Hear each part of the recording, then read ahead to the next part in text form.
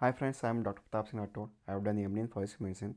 In today's video, we'll start with psychotropic drugs. In that, we'll discuss about antidepressants, neuroleptics, and hallucinogens. In this video, we'll discuss about antidepressants.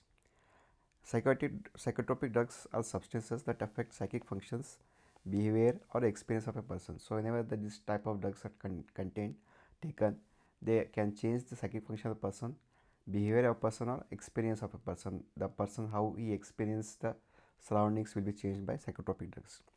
They are broadly classified into antidepressants, neuroleptics, and hallucinogens.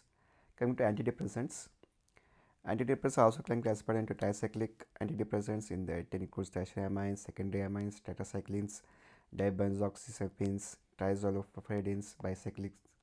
Then there is monoamine oxidase inhibitors, then lithium carbonates, serotonin reuptake inhibitors, which are the newer type of antidepressants. Then some miscellaneous like amphetamines and caffeines. These are all stimulant type of drugs. So coming to common action of antidepressants, they act as anticholinergic effects such as supraventricular tachycardia, agitation, seizures, coma, hallucinations. They also have ability to block reuptake of norepinephrine, the synapses, resulting in both atrioventricular disturbance and hypertension. Or they can act as a quinine-like membrane depressant effects on the heart by altering sodium influx, resulting in conduction. They also can act as a peripheral alpha blockade, causing hypotension and inhibition of sympathetic reflex centrally. So different antidepressants have different action.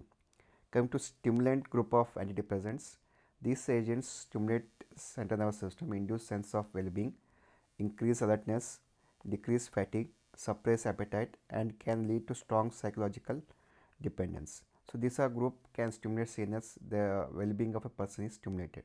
Examples include like cocaine, amphetamines, methamphetamines, caffeine, nicotine, methylphenidate. Among these, caffeine, and nicotine are commonly abused. Nicotine is for in cigarettes or tobacco. Caffeine is present in teas and coffees. And amphetamine and methamphetamine are the commonly abused form of drugs. Coming to common example is methamphetamine.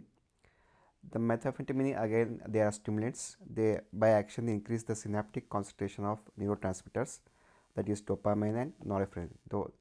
So in synapses they increase the concentration of dopamine and norepinephrine. So because of that the person becomes alert. It blocks reuptake of norepinephrine and causes the increase of catecholamine release. The euphoric effect is similar to that of cocaine but can last 10 times that of cocaine. It also acts as a cardiovascular stimulant. They are also powerful stimulants of CNS as well as CVS.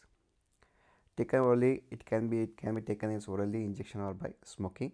The onset of fatigue is delayed and tasks are more easily completed. Some designer drugs of amphetamines are abused by youngsters during rave parties and dancing through the night, and which may lead to overdosage also. Some derivatives of methamphetamine includes dextroamphetamines, phenphoramines, pentaphrine, mephentermine, methylphenidine, synthetic amphetamines, which are again modified form, can be slowed and as a form of drugs. Excretion: 40% of amphetamine is excreted unchanged in urine. Coming to symptoms, they can be of acute and chronic poisoning. Acute includes, which is similar to that of cocaine poisoning. Mild dosage causes restlessness, talkativeness, insomnia, tremors, sweating, and diarrhea pupils. In moderate concentration, they can cause hyperactivity, confusion, hypertension, tachycardia, tachypnea, vomiting, sweating, and hallucinations. Severe doses, there is delirium, hyperpyrexia, convulsions, coma, and arrhythmias. Acute intoxication may present as a paranoid hallucinatory syndrome, which closely mimics that of paranoid schizophrenia. So the person may have paranoia of anyone is trying to kill, and may even visualize that person. It can cause sudden death by stroke, seizures, or cardiac dysrhythmia, and may cause excited delirium also. 150 to 200 mg of methamphetamine is fatal.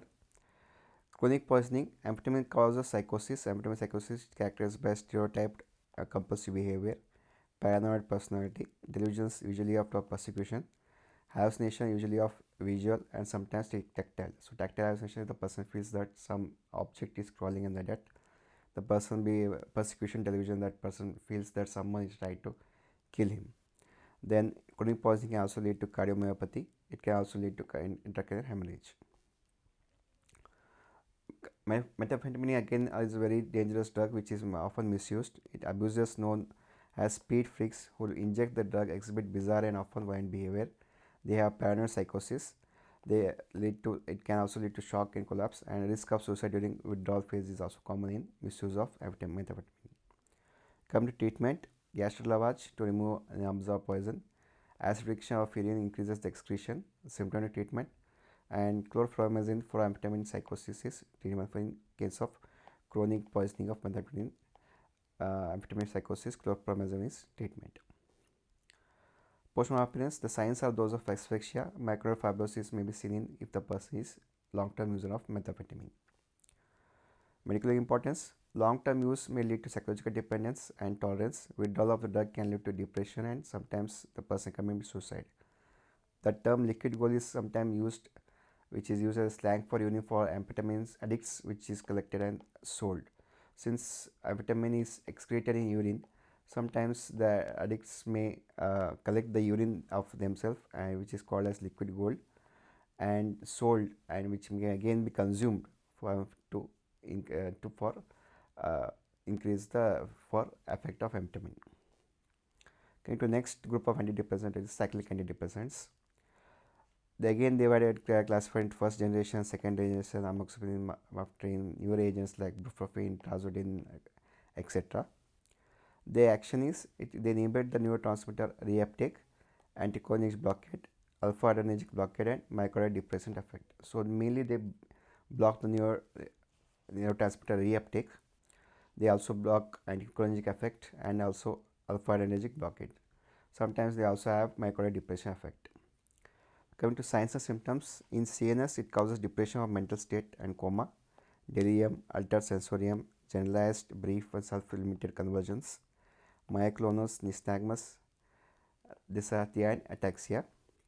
In CVS, it can cause sinus tachycardia, conduction delays, ventricular arrhythmias, depressed anatropy, hypotension, atrioventricular blockade, and bradycardia.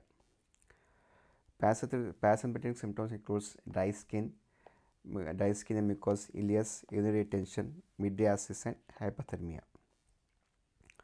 Fatal dose is 1 to 2 grams of any cyclic antidepressants is fatal. Treatment: stomach wash. MSS should be avoided. Activated charcoal and caloric following lavage is done. Multiple dose activated charcoal is useful to remove the unabsorbed poison. Then physostigmine is given as a symptomatic approach. Next group of antidepressants are monoamine oxidase inhibitors. So this includes iprionazide, azoprovoxide, phenazine, phenaprazine, nilamide, and transfermin. They block the action of monoamine oxidase, resulting in alteration of neurotransmitter metabolism. So they usually block the monoamine oxidase, which results in the altering the neurotransmitter metabolism. CNS signs and symptoms: it goes into 3 phases. In phase 1, there is CNS excitation, then headache, dilated pupils, tremors, convulsions, hallucinations, confusion, nausea, hyperpixia, hypertension followed by hypotension which may last for 12 hours. They followed by phase 2, there is CNS and serious depressions, coma, then cardiovascular collapse. In phase 3, there is complications of hemolysis, rhabdomyolysis, pulmonary edema, and acute renal failure. Treatment is similar. Again, stomach wash, activated charcoal, and symptomatic treatment is given. Next antidepressant is phencyclidine. Phencyclidine is usually smoked, sniffed, or injected via IV or by subcutaneous route. It can cause nystagmus, meiosis, ataxia, tremors, dysarthria, and tachycardia. It can have hypertension, lethargy, catatonia, coma, agitation, violent tendencies, bizarre behavior, acute psychosis with delusions, and hallucinations may be seen. Treatment: gastric lavage, activated charcoal 1 gram per kg, and catalytic treatment, which is useful for elimination of poison. These are my references. Thank you.